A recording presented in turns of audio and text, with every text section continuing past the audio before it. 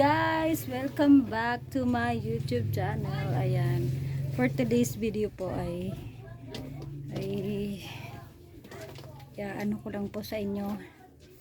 Pagod yung nagpapatayo po kami ng maliit na tindahan sa harap ng aming bahay. So, ayan, dito po hindi pa po masyadong maayos kasi yun nga po, nagpahinga pa po ako ng 1 buwan at ngayon medyo okay na.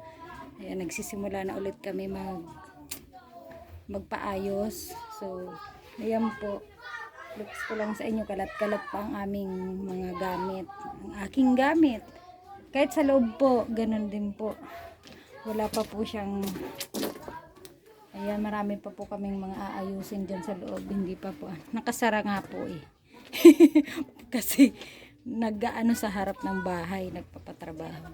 Ayan po, pakita ko po sa inyo yung mga nabili naming materyales sa gagawin namin maliit na tindahan. Ayan guys, let's watch this.